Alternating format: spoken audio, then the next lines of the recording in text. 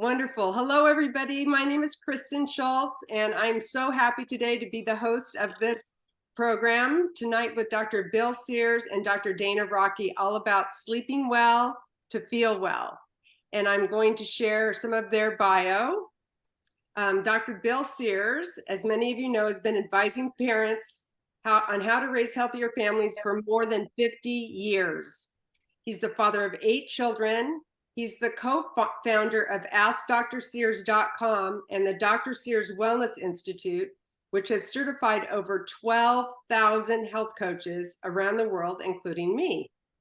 Together with his wife, Martha, he has written more than 45 books on parenting, nutrition, and healthy aging. His contribution to family health was featured on the cover of Time magazine. He is noted for his science made simple and fun approach to family health. Dr. Bill, we are so grateful to have you here tonight. Oh, thank you, Kristen. It's wonderful to be with all of you. And then we have joining him for this dynamic duo, Dr. Dana Rockey, who was born and raised in Glendale, California. He graduated from the University of California, Irvine with a degree in biological sciences, went on to graduate from Washington University, St. Louis Dental School with his dental doctorate. Now, Dr. Rockey has been in practice for almost 40 years. So 50 years and 40 years, that's 90 years of practice combined for the two doctors. He exclusively practices dental sleep medicine in Newport Beach, California, and Prescott, Arizona, where he lives. While the focus of his professional work is educating, screening, testing, and treating sleep apnea, the principles of wellness, total health, and nutrition remain at the core of his work. So welcome, Dr. Dana Rockey. We're so honored to have you here today with Dr. Bill Sears. Thank you. Glad to be here. Looking forward to it. All right, so let's begin. Dr. Bill. Okay, welcome everyone. You're going to sleep well tonight after this talk. And think for a minute, what is the biggest health effect of total body health? Which health habit? Diet, exercise, sleep? I would probably vote exercise, but sleep is very close. And one of my mentors here, Dr. Matthew Walker, sleep is the single most effective thing you can do to reset your brain and body for health. And that's what we're going to do tonight. Reset your brain and body for health. And Dr. Dana, do you agree that sleep has the greatest effect on total body health? I do. Since I practice dental sleep medicine, that's the at the foremost of my care.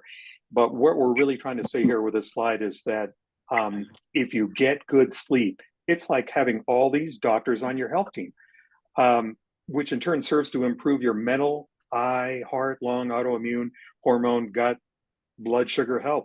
I mean, good sleep affects all of that. But just remember that the reverse applies as well. Poor sleep serves to negatively impact all those areas. It's just a fact. We need good sleep, and you won't have optimal health unless you have good sleep. Dr. Sears, tell us a little bit about what happens when we sleep. Okay, now we're going to take a journey inside your brain and body as you're falling asleep. And you'll be amazed at the number of doctors that, like Dr. Rockey said, like Dana said, all those doctors, just imagine they are coming into my brain and body during sleep. So follow me closely.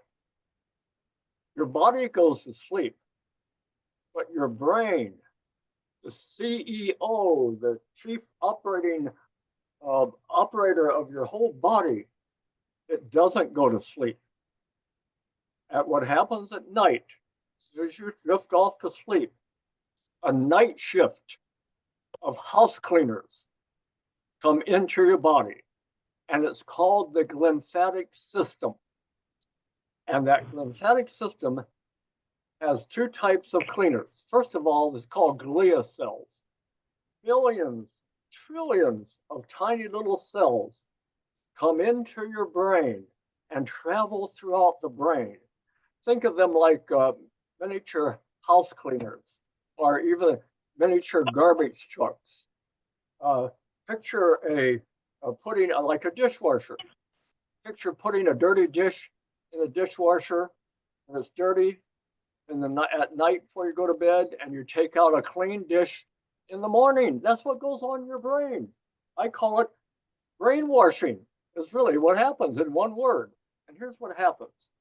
The glia cells go throughout your brain, travel throughout your brain, and they get rid of toxic waste, stress thoughts, things you don't want to remember, stressful things.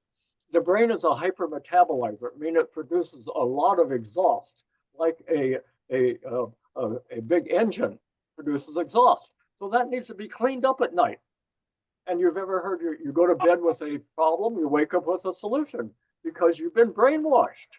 So the glia cells clean up all the garbage trucks, go into your brain and clean up the garbage. Now, what do they do with the garbage?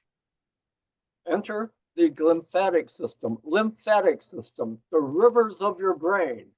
So the glia cells, garbage trucks, partner with the wide rivers, the lymphatics. So you have a lymphatic system, and they dump all the garbage into the rivers of your brain, and you flush them out. So it's called refreshed. You wake up refreshed, and that's really what happens in your brain overnight.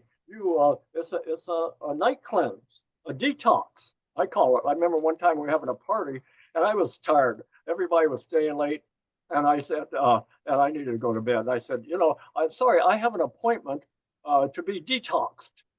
I had to explain what was going on. I went up and went to bed. That's a great idea. All right, tell us how sleep affects our heart. Yes, now let's take a further journey through the body. Start with your heart. See, the heart and the brain are buddies in health, right? Now, during sleep, your pulse lessens. See, so if your pump doesn't have to work as hard, it's going to last longer, right? So the better you sleep, the longer you live. Blood pressure relaxes. So your vessels get more elastic, more stretchy. So your heart doesn't have to pump so hard to open your blood vessels. Blood vessels relax. So again, the buddies in heart health are your heart and your brain. The connection between sleeping and staying lean. I think this is actually one of my favorites. What happens, and I'm sure Dana comment on this too. When say I'm doing a consultation for a person who is, I call it overweight, not so much weight, but waist size. And I start say, Joe, how you sleeping? And I look at what's that got to do with I came in here for a weight loss program, doctor. Well, tell me how you sleep, because here's what happens. The better you snooze, the more you lose. Because during the night, when you're sleeping, you have two hormones playing a game. And one is called leptin. Leptin is a hormone which triggers, don't go hungry. You've eaten enough.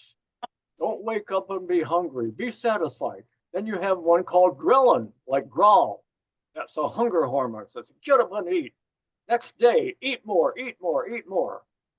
When you sleep well, your leptin predominates over the ghrelin. So you wake up and you spend the day not overeating. But if you have a poor, like we say, undersleepers are overeaters. And that's the why, because their hormones are out of balance. Very interesting. And Dr. Rockey, do you see this also with your patients? Absolutely. I say, weight, or as Dr. Sears says, waste is a really touchy subject. But most of my apnea patients that I treat here, for example, are overweight. And it's really hard to say which came first, the chicken or the egg. Did the extra weight cause the apnea, or did the apnea cause the weight? But in any case, as doctor describes, that liver, that pancreas, blood sugar, that hormone, all that connection, that all makes that excess weight and poor sleeping go together. So generally, I tell my patients just right up front that improving one usually improves the other. So that's a common issue with patients that I treat here. Most are overweight. Weight gain and sleep apnea or poor sleep definitely go together. How does sleep affect our skin? Oh, okay. Now, ladies, you're gonna like this. And really, the quality sleep, good sleep, is really cosmetic medicine. It's because when you sleep well, your skin elasticity improves, so you wrinkle less. And that's just a little nice little perk that goes on during quality sleep. Now, here's a real Uh-huh. important subject, sleeping well and fighting cancer. Cancer, and actually, it was cancer, Kristen, caused me to study sleep Mm. because I learned that there was a correlation between the better you sleep, the less cancer you get. And here's why. All right, see that little guy in the middle there with the NK on it? NK stands for natural killer cells.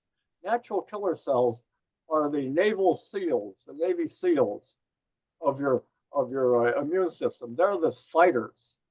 They're the ones that keep you healthy. So what you want to stay healthy is you want more NK cells and you want them to fight better for you. A double whammy. And that's what quality sleep does. When during quality sleep, your army widens, you have more NK cells and they fight better for you. So just picture the NK cell there. It says preload me. Preload me means just feed me well, don't stress me out, and sleep me well. Believe in me, move me more, don't stress me out, but sleep me smart. And then so during sleep, what happened? These little NK cells, they see a cancer cell and they literally shoot biochemical darts called perforons, like perforate. They shoot biochemical darts into the cancer cell and blow it up. And that's what I learned during my healing of 2 cancers. And I was very highly motivated to sleep well because I wanted to be well. And we're so grateful that you did reign victorious over both of those cancers, Dr. Sears. This slide is wonderful because it shows all the important things that sleep does for us. Just look up, just think about this for a minute. There is no medicine in the world that you can take that gives you all these good things. First of all, you go to sleep, there's that sleepy brain. You raise your happy hormones like serotonin, the happy hormone, and dopamine, your pleasure hormones. So you raise your happy hormones, you detox your waste. We talked about that. You store the memories you want and you trace the memories you don't want. You lessen inflammation, itis illnesses. You steady your blood sugar. Steady blood sugar is one of the top things you can do your health to your health. When your blood sugar spikes, your brain doesn't like it, and that's why the epidemic of type 2 diabetes. So if you stay leaner, leaner is a big word. Lean does not mean skinny. Okay? Lean just simply means body composition, meaning you have the right amount of muscle, bone, and body fat. That is what lean means, the right body composition for your body type. It strengthens the immune system, will be talked about. It raises growth hormones. Why do you think the younger you are and the faster you grow, the more you're supposed to sleep? Growth hormones come out and help you grow. And we need a little growth hormone as we get older because our growth hormone goes down and we need to repair at night. And then trace toxic thoughts. It rests your heart. Good gut health. Oh, look. And it lowers stress hormone. All those things go on in a good night's sleep. If that isn't a motivator, I don't know what is. Okay, so now we're going to talk about sleep disruptors, things that get in the way of a good night's sleep. Yeah, Dana, you're talking about that, Shy. Why don't you go over that, and then I'll go with airway Okay. restriction. First, the airway restriction, and Dana's going to talk about that caffeine and energy drink. Caffeine, I try not to. I love coffee, Not gonna give it up, but I try not to drink coffee after 11 a.m. Acidic and spicy beverages, uh, carbonated beverages, alcohol, you get reflux, acid, acid burn called reflux. Some medications, going to bed upset or angry, reading email before bedtime, paying bills. These are we're going to talk about that a little bit later. And I remember one little a child that came into my office and say, "Well, what brings you in here?" Well, my child, my 5-year-old, my child has ADD, ADHD, Dr. Bill, ADHD. We tried all the medicines. I took one look at him, and it was his sleep disruption. He had a very narrow airway. He needed dental widening, which Dana's going to talk about later. And so after about 6 months, his ADHD went away once he got proper dental care. His sleep disruptors were taken away. So the very first sleep disruptor listed is what you deal with every day, Dr. Rockey. Can you talk to us more about this? Absolutely. The primary cause of airway restriction is what we call sleep apnea. And I believe it's the most medically compromising sleep disorder. And it's so prevalent. Some have suggested that it might be the most undiagnosed medical condition currently now. Millions of people have this condition and aren't even aware of it, or maybe even worse, the potential for the harm it's causing. So it would take an entire hour to explain the entire dynamics of sleep apnea, but I'll leave it at this. Sleep apnea is a relatively simple concept whereby the airway in the back of the throat is either partially or totally blocked at certain times during our sleep. And this usually happens in REM sleep, the famous REM sleep. We get into REM and the tissues in the back of the throat there collapse. And believe it or not, it leads to complete or partial blockage of the airway. Well, what's the big deal there? Of course, it's blood oxygen drop. So if oxygen from the air isn't getting in our nose or our mouth, going into our lung and getting into our bloodstream, that's what happens during airway collapse. It's critical. And Dr. Sears was just talking about a patient, a young patient during the day having airway issues. Well, it gets even worse at night when we sleep in REM. So it's that damage, the damage has occurred in two ways in our bodies. It's two things. It's the chronic oxygen deprivation to our cells or organs or our body systems, and which is damaging enough, but then it's the inflammatory cortisol outpouring of the brain. And why does it do that? It's trying to affect change. It's trying to reverse the problem. It's trying to get our heart going faster, our breathing going faster, our blood vessels constricted to get more blood pressure up. It's trying to fix all that. So the cortisol does all sorts of systemic changes, all in an effort to raise blood oxygen level. And I've heard Dr. Sears talk about this so many times. It's this constant state of elevated cortisol that's very harmful long-term to our bodies. So just imagine that if you are a severe sleep apneic and you're having this going on hour after hour, night after night, week after week, month after month, you can see the damage that's occurring. So, I mean, if you just look at the chart, here are all the different things that it affects: snoring, restless sleep, non-refreshed sleep, elevated pressure, cardiac arrhythmias, all these mood disorders. That's a big one today: anxiety, depression, sexual dysfunction, lower T in men, the degenerative brain diseases. There's a huge link now occurring with that, with Alzheimer's and dementia. Why? Because of the chronic oxygen desaturation or chronic oxygen deprivation that's occurring all night long. So it's very interesting that many people, at least the patients that I get here, they want to focus on snoring because it's upfront and it's annoying. It's what's causing bed partners to be apart. It's waking up bed partners. It's waking up people. But what we really would want you to dig into is what's happening to the brain, cardiac health, and all of the rest of it. So the key really is effectively opening the airway while you sleep. And that's really what I do. I do oral appliance therapy or laser therapy or other things to help you breathe better while you sleep. So our goal is to get you to sleep longer, because if you have an apnea condition, you're probably going to sleep shorter a period of time before your brain waking you up to breathe again. Eliminate morning headaches. That's due to the oxygen deprivation. Sleep longer to stretch. Reduce the brain fog that people complain about when they come here. Reduce the number of times that you get up in the middle of the night to pee.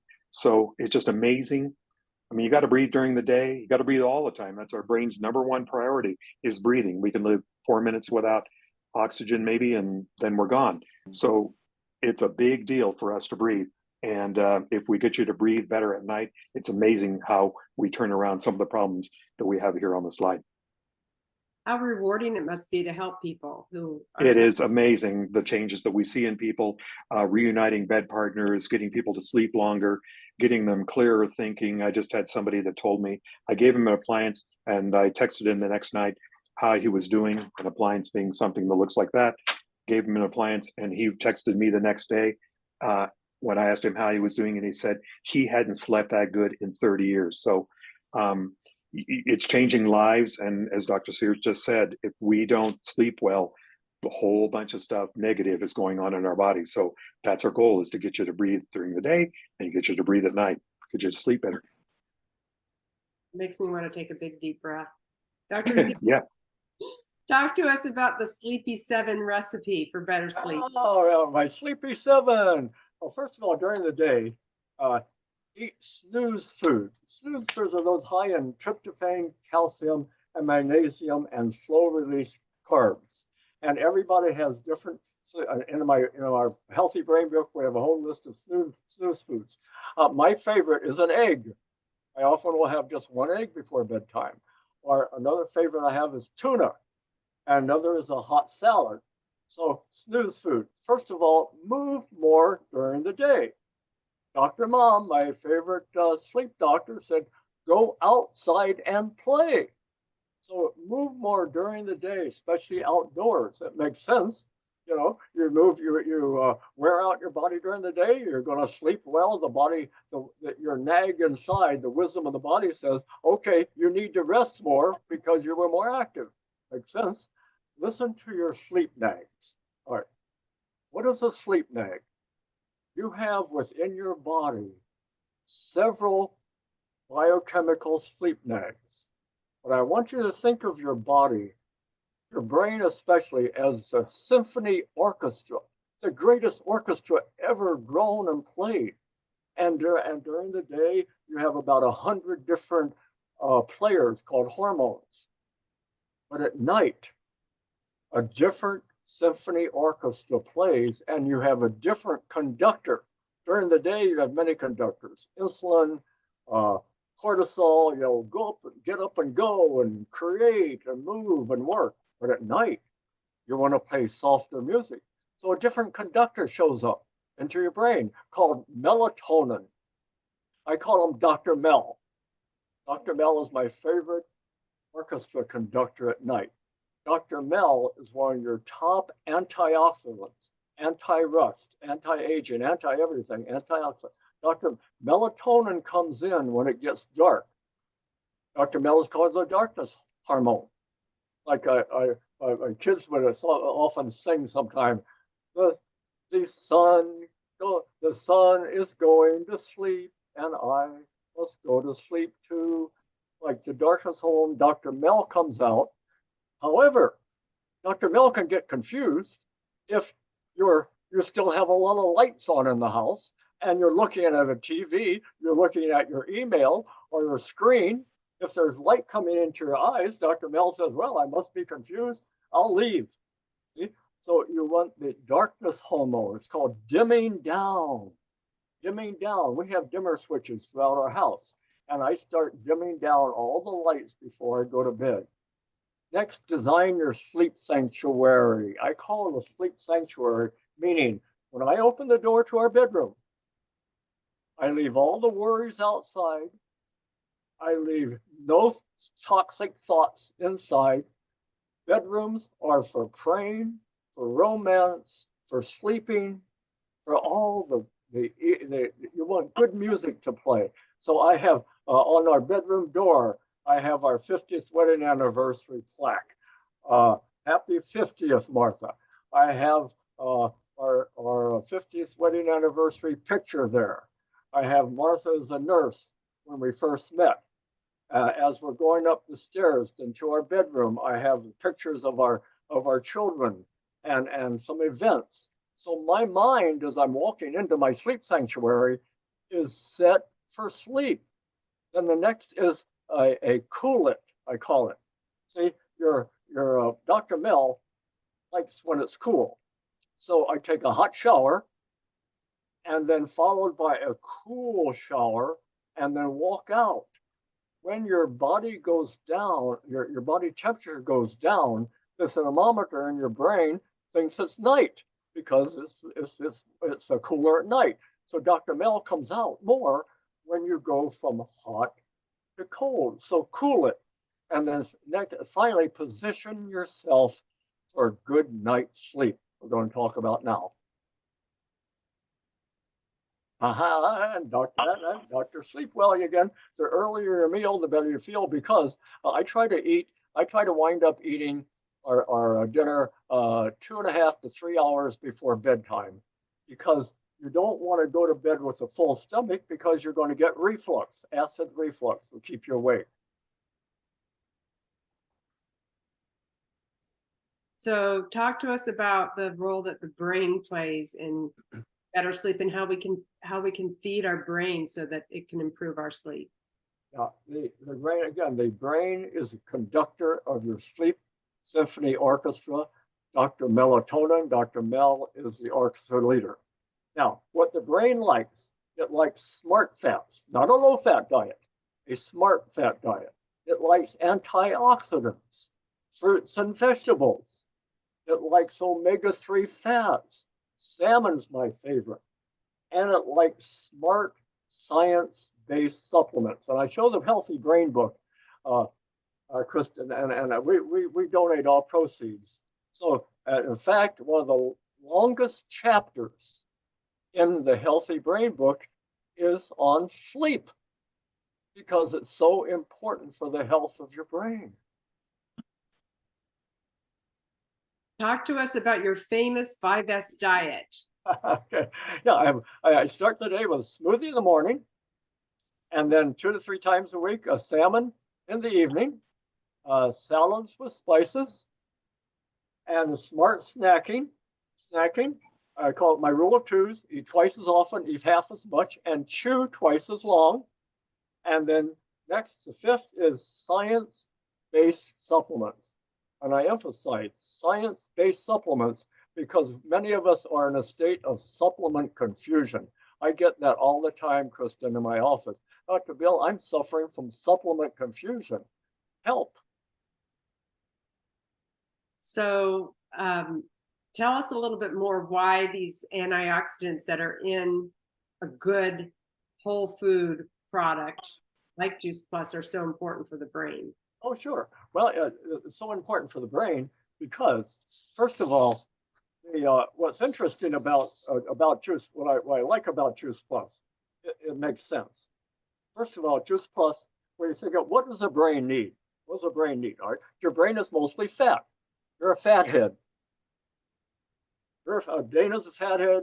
You're a fathead, Kristen. I'm a fathead. We're all fatheads. Our brain's 60% fat. What is the top fat in the brain? The same fat that's in salmon. Omega-3, DHA, and EPA. So what I love about the Juice Plus Quad, I call it, is, first of all, the omega-3, the omega blend. Now, what is it about? Why is, for the first time in history, brain illnesses are sicker than cardiac illnesses? The brain is now sicker than the heart for the first time in history because fat oxidizes. You ever left a piece of fish out overnight and smelled it in the morning? It stinks. Stinks is a kind of a word for oxidation. It oxidizes. It degenerates. So what do we need if our brain oxidizes? More antioxidants. What are the sources of antioxidants? Fruits, berries, and veggies. The berry blend, the veggie blend, and the fruit blend. Fruit, berries, and veggies. So I put these 4 together for my Juice Plus Quad, and I think it's a perfect fit for brain health for those reasons. And here's what's in our Juice Plus Quad. Dr. Dana, will you talk to us a little bit about this? Absolutely. doctor talks about antioxidants and how good that is for health and reducing inflammation and antioxidation. Well, some of you know my story and some of you don't. But let's just say that 12 years ago, I was much healthier on a lot of medicines and very sick internally, to the point where my wife worried daily that when she kissed me off to work, that she was actually worrying that she would never see me alive again and praying about it. And I still think about that I did that to her for about 5 years.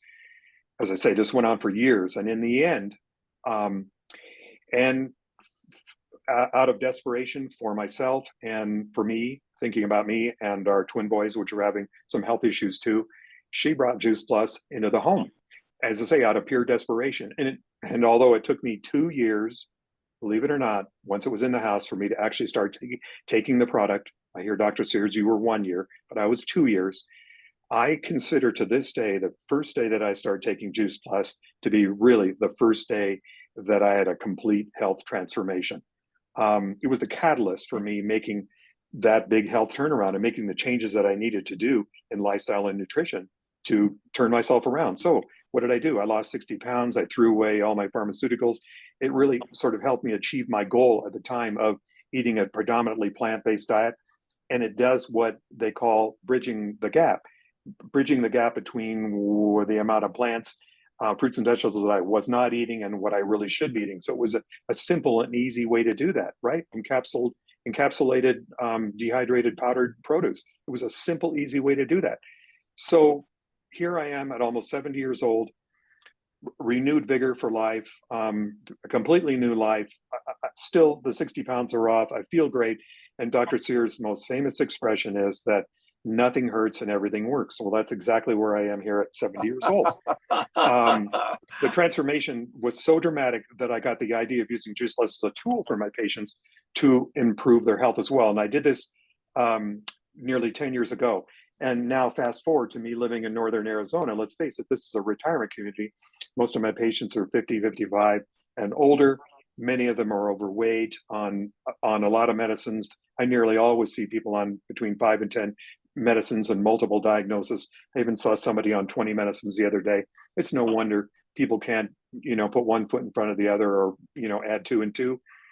Well, sleep apnea, as I view it, is a side effect of their years of poor lifestyle and nutrition. So now, just like in my dental practice, I was beginning to wonder, what else could I do other than hand them a piece of plastic here to solve their sleep apnea? Well, what I've been doing is trying to use education and motivation to try and help them make changes that would lessen their sleep apnea, improve their health. So it's like, what if losing weight would make a lot of difference? What if encouraging them to move more would help? That's what Dr. Sears says, move more. What if adding plants to your diet would help? Well, here's a product here at our fingertips that is so easy to use and does just so much helpful things to our body. I mean, the powders from 35 different fruit, vegetable, and berries. It's by far and away the leader in whole food nutrition in this whole food nutrition space. By far and away, more than 45 of the finest studies available. It's really an unrivaled product that's backed by science. And I know Dr. Sears will only recommend something that is backed by science. Most medical professionals do. So it's a terrific product to recommend. Well, in addition to that, Juice Plus has developed a program called Shred 10, which utilizes their shake mix here. So in combination with the quad, as Dr. Sears calls it, the powders and the omega product, and this, a 10-day program that reduces inflammation and reduces oxidation and helps you detoxify. So I've done this for nearly 5 years, almost every month, and nearly always have felt better on day 11, if you will. It's a great system, and it's just a unique system of reducing the negative things that you should be putting in, glutens and sugars and not so nice dairy and processed oils and things like that, and adding back in the things that you should be doing: movement, water, great sleep, fruits and vegetables. So here again, I say that it's just a great product that I've been using now in my offices for almost 10 years. And as I say, most of the medical community, including Dr. Sears, will not recommend a program unless it's backed by science. And so Juice Plus is just that. When clones have come and gone, a Juice Plus is still here after over 25 years. And so much so that I like to call it a term called functional food, because it actually does so much based on the conclusions that's come out of the research. So it's just been a huge blessing for me, my family, and patients, and hundreds and hundreds of people that I know. Thank you so much, Dr. Rockey. Okay, so Dr. Sears, you talked about dimming down the lights, and Yeah, we talked about that. Just dim off to sleep. The brighter your night lights, the shorter your sleep life, and the shorter your life. So dim off to sleep as much as you can. okay, and then designing your sleep sanctuary. And we talked about the sleep sanctuary, about how important it is if the path to your bedroom, you want to cool it. And the brain has a clock inside, like a thermometer. So you want to go to bed, you want to cool your body going off to sleep. Never go to bed angry. A hot to cool shower. See, it's like children. Remember, once you taught a child a bedtime routine, the brain thinks when you do all these things, sleep is supposed to follow. And sweet thoughts, sweet dreams, like sweet dreams, honey, when you put your kids to sleep, sleep well, sweet dreams. And then those are things and position yourself too, because they're very important. What's interesting, they've studied this, sleeping on your side, not only is the sleep apnea better, like Dana mentioned, but the glymphatic system cleans the house, cleans your brain, brainwashes you better when you side sleep. Dana, do you find the same is effective with your sleep apnea patients? Oh, without a doubt. It's called positional sleeping, and I highly recommend sleeping on your side if at all possible. And I know, especially in the older community, I've got a lot of patients that have sore knees, hips, shoulders, or have this surgery on joints and whatnot, and it may not be possible to lay a long time on the side. But specifically regarding apnea, it's really a matter of gravity. It's much easier for the airway to collapse, as you can imagine, if you were laying on your back and your tongue or upper soft palate relaxes and goes and closes the airway. It's purely a matter of gravity. When you're on your side, this collapse isn't as much. And as a matter of fact, there are specific products that are specially aid in reducing that. I mean, certain things, a pyramidal pillow that it doesn't allow your head to stay on top, clothes you can wear, a shirt that has a bulge in the back that keeps you on your side. But one thing that just came to mind as I was researching this talk today, I just grabbed a study that I'm going to be talking to someone tomorrow. This is a sleep study, and this is a mid-50s female, and that has severe sleep apnea. And there's a graph here insofar as what position you sleep on. We get to see this. She slept 65.8%, which is 2/3 of the night, on her back, and versus non-supine, in other words, not on her back. And she was twice as severe sleep apnea while sleeping on her back. So here she is, 2/3 of the night, twice as severe. If she would be positional sleeping and sleep on her side, her problem would be greatly reduced.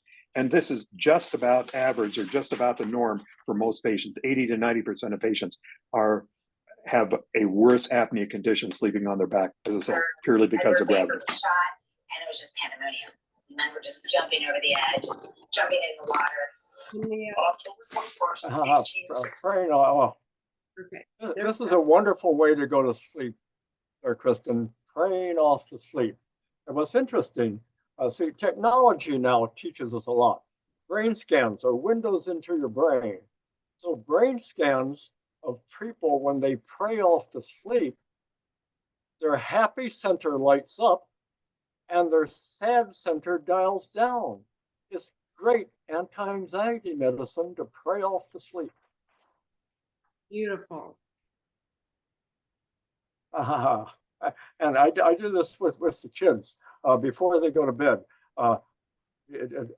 I say, all right, tell me 4 or 5 things you like about yourself. Tell me what you like about me. I put it on their bedroom mirror, their bathroom mirrors, they're brushing their teeth. 5 things I like about me. I am pretty, I am smart, I'm funny, I'm a good soccer player.